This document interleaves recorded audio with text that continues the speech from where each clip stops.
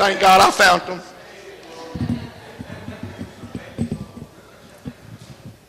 Give me a second.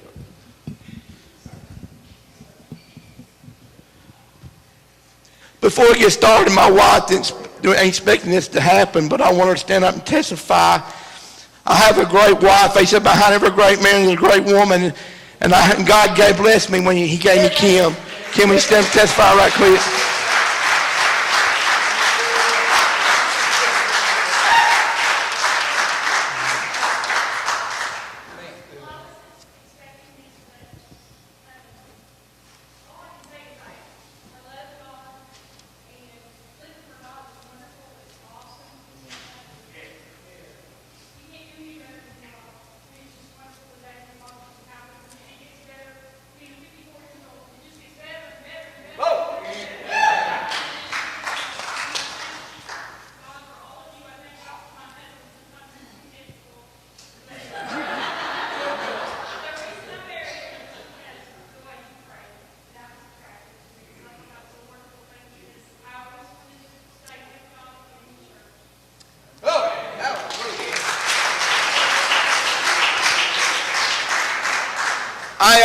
Tonight, if I had to title this message, I'm going to title it Going Through the Wilderness.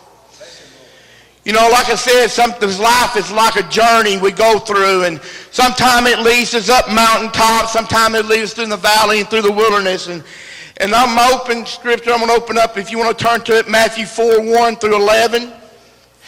Then was Jesus led of the Spirit into the wilderness to be tempted of the devil. And when he had fasted 40 days and 40 nights, he was after a hunger.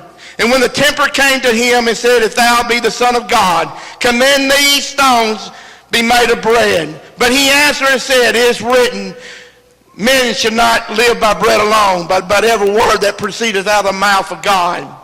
Then the devil take him up to the holy city and set him up on the pedestal of the temple. And said unto him, If thou be the Son of God, cast thyself down, for it is written, He shall give his angels charge concerning thee, and their hands they shall bear thee up, lest any time thou dash thy feet against a stone. And Jesus said unto him, It is written again, Thou shalt not tempt the Lord thy God.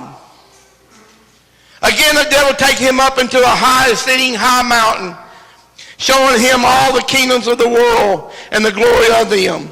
And he said unto him, If all these things will I give thee, if thou wilt fall down and worship me. Then Jesus said unto him, Get thee hence, Satan, for it is written, Thou shalt worship the Lord thy God, and him alone thou shalt serve. Then the devil left him, and behold, angels came and ministered unto him.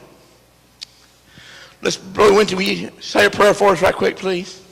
God, we're grateful tonight for your word. There's power in it.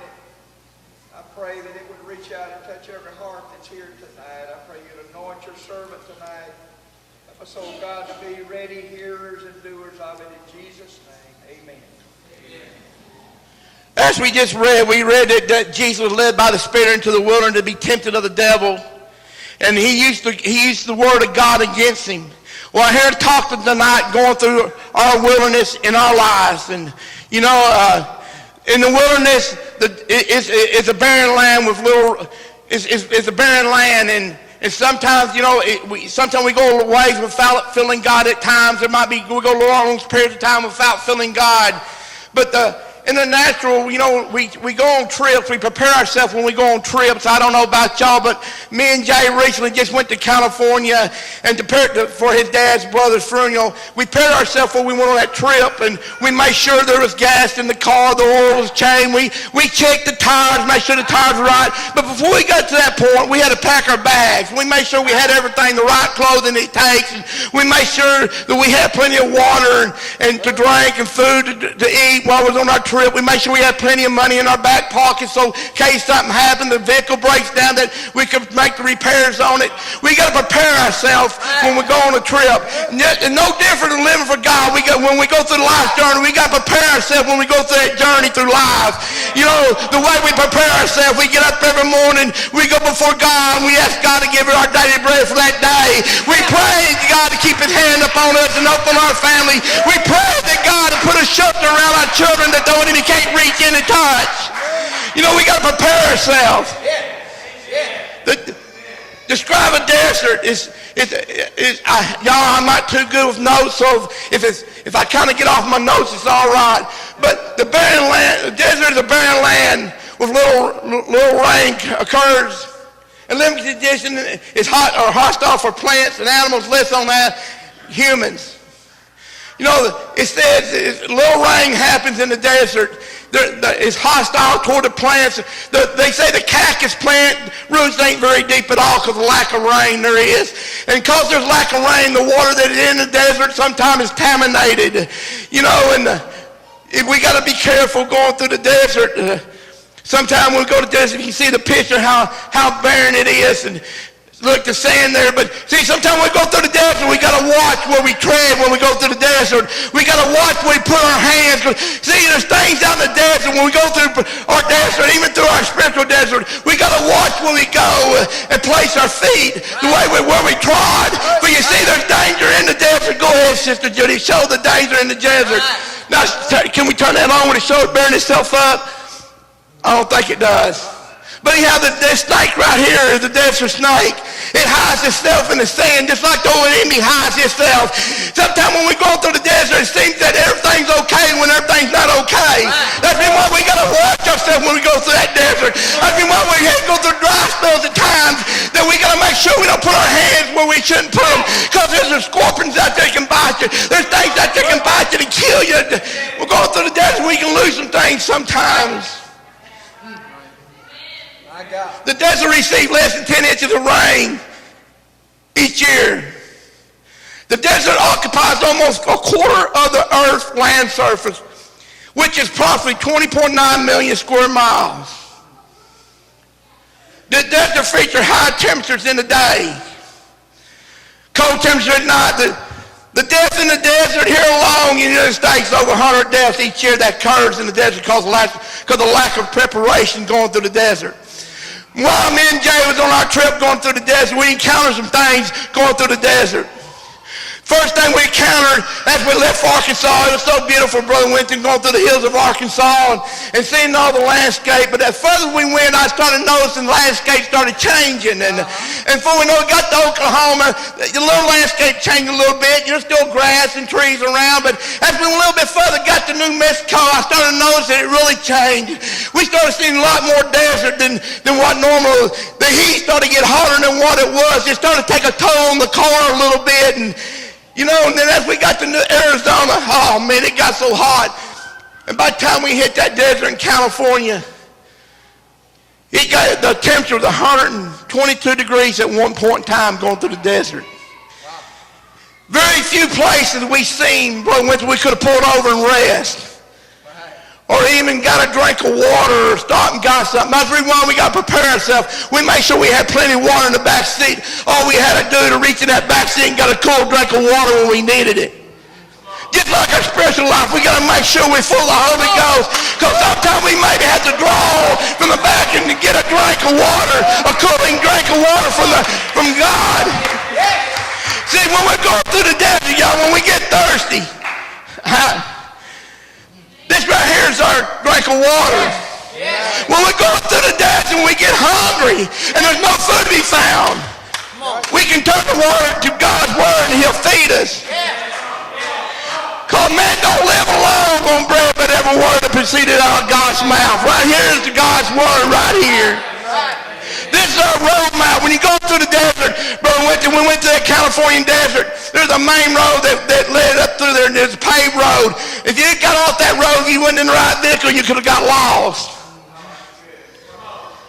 See, there's lots of roads go through the desert. They say there's shortcuts through the desert, Brother Winton. That's why in the spiritual life, the devil makes you believe there's shortcuts that we can take. Oh, you don't have to do this, you don't have to do that. But there's a reason why God sets boundaries in our lives. Not to keep us from doing anything that we shouldn't be, but to keep us in line, to keep us on that straight and narrow road that leads us to that desert point in time in our lives.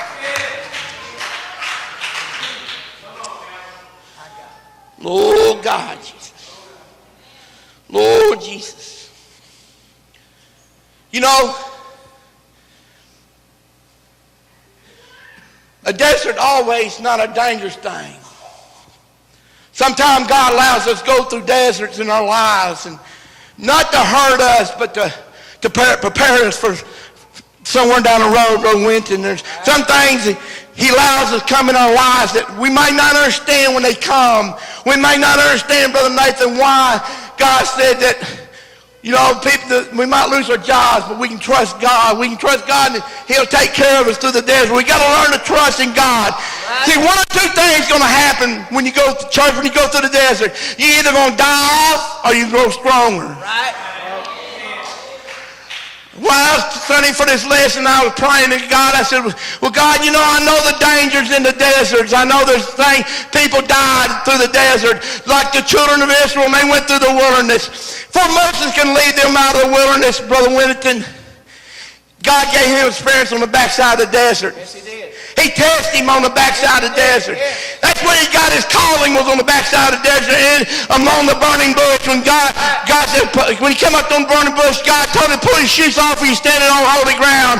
And God began to talk to him, but to tell him what he wanted out of him, but began to tell him the calling of his life, that I want you to lead my people out of that bondage. I want you to lead my people out of bondage.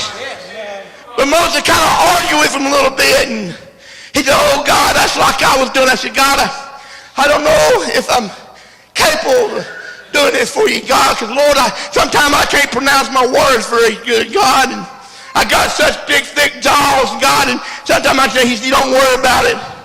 He said, you let me speak. It's not you speaking, son, it's me. Right. Kind of getting off my notes a little bit. That's okay. Come on. Well, I draw, going through the desert, sometimes we got to draw our past experiences through in life. The first person I want to speak of in the Bible that went through his desert is David. Brother Mark, would you go ahead? 1 Samuel 17:45. Then said David to the Philistine. Thou comest to me with a sword and with a spear and with a shield. But I come to thee... Wait. What did he say? Thou comest to me with a sword and with a spear and with a shield. Yeah. See, he said, thou come against me with a sword, a spear, and a shield. That's just like the enemy sometimes. He comes like a roaring lion. Make himself look bigger than what he really is. Go ahead, Brother Mark. But I come to thee in the name... Go ahead, Brother Mark. Of the Lord of hosts. The Lord of hosts. The God of the armies of... The God of the army of Israel. Whom thou hast defied. Whom thou hast defied. Yep. See, David, he faced his giant that morning, that day he went to visit his brothers. He faced his giant. He come up on the camp of the army of Israel. He heard this giant out there defying the armies of God and cursing, making fun of them. He asked him, who is this dog out there doing all this? Why ain't somebody doing something about it? So you got to understand, before David met his giant that day, he had some experience he drawed upon. See, David, when he was younger, a shepherd in the field watching his sheep, old bear came up. Old bear took the sheep by in his mouth, about to destroy that sheep. But David ran. The spirit came up on David, and David ran, and he just killed that spirit. He slain that old bear. Yeah. And not only that happened when a few days later, maybe, I don't know how long it was, the Bible don't say, but old lion came up, roaring like a mighty lion, the big old beast that he was. Because David done killed the bear. He said, oh, Lord, he said, one more time, God, give me the anointing that I need. Yes. The anointing of God came up on him. Not only did he kill that bear, he slew that lion that day. Yes. Glory. He drawed on his past experience. Before this bear even came up, before the lion even came up, Brother Winton, the Bible says David was a man of song, a song of praise. I can see him out in the field praising God, worshiping God, and maybe studying God's word, getting God's word down in his heart where it's supposed to be. See, when that old bear came up, he had the word. He had the word he could use. He slew that bear with. And when that lion came up, they wasn't nothing then. He used the word. He destroyed that lion. That day that he was in the mountain, he came down to the army of Israel. And the old giant is sitting there and running his mouth like the old devil does sometimes. I hate a mouthy person. Because the first time you get after him, he wants to run. He can't back up what he says.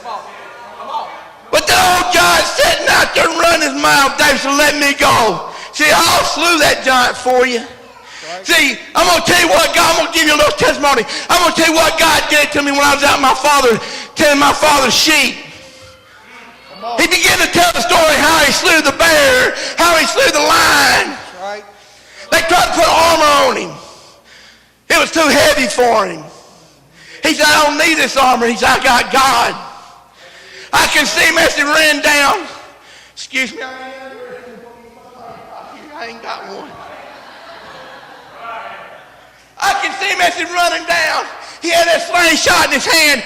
He ran down that valley toward that giant. Said he ran toward the giant. He didn't run from him. He ran toward him. I can see as he ran down there, he stopped along the brook that flowed through that wilderness. He kept his eye on it. He didn't every time he'd take his eyes off that giant. He kept his eyes on the giant because he's getting ready to battle that giant. He reached down, he grabbed 5 smooth stones. People, I'm telling you, it was a reason he grabbed 5 smooth stones. Yeah. See, not only that he in back experiences, he realized, hey, I fought a bear and I fought a lion. See, Goliath had 4 more brothers on top of that mountain. Now, I don't know about you, but somebody got on my brother when I was growing up, they had to tend to me too. Right. So he knew if he slew that giant, he had 4 more brothers he's going to have to take care of. Right. So he just went in and prepared himself before he went on out there because he was ready for him. Yeah. I can see him, he put that old rock in there and let me get my slingshot ready. He put that old rock in there and he come and run across. He ran, he said, shh. Yeah. Hey, it wasn't no accident that rock hit him in his forehead. God had his hand on that rock. He got that rock. Right. That rock knocked that giant smooth out. Right. Old David ran up there and he put his feet on it, he tore that giant's door and he cut his head off of him. Oh. That's what we need to do, people, when we face our giants. See, in the wilderness, we got to face giants that fight come before us. Right. But we can draw off our past experience. We're not